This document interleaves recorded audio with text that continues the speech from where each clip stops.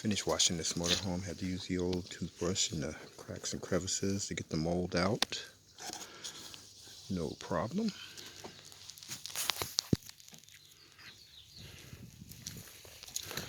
The mold was embedded inside of the fiberglass, the paint itself. You can see this side could use a nice wax job.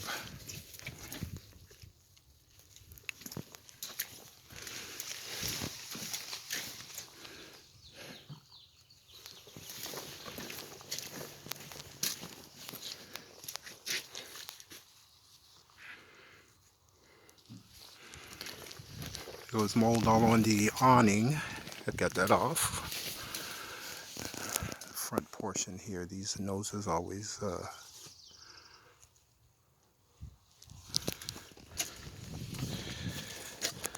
get beat up.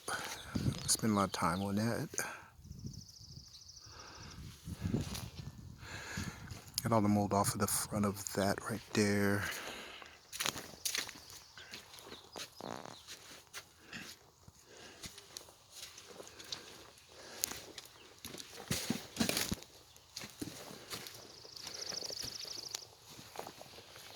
Nice and clean. Mold from around the edges of the window, of course. This side is beautiful.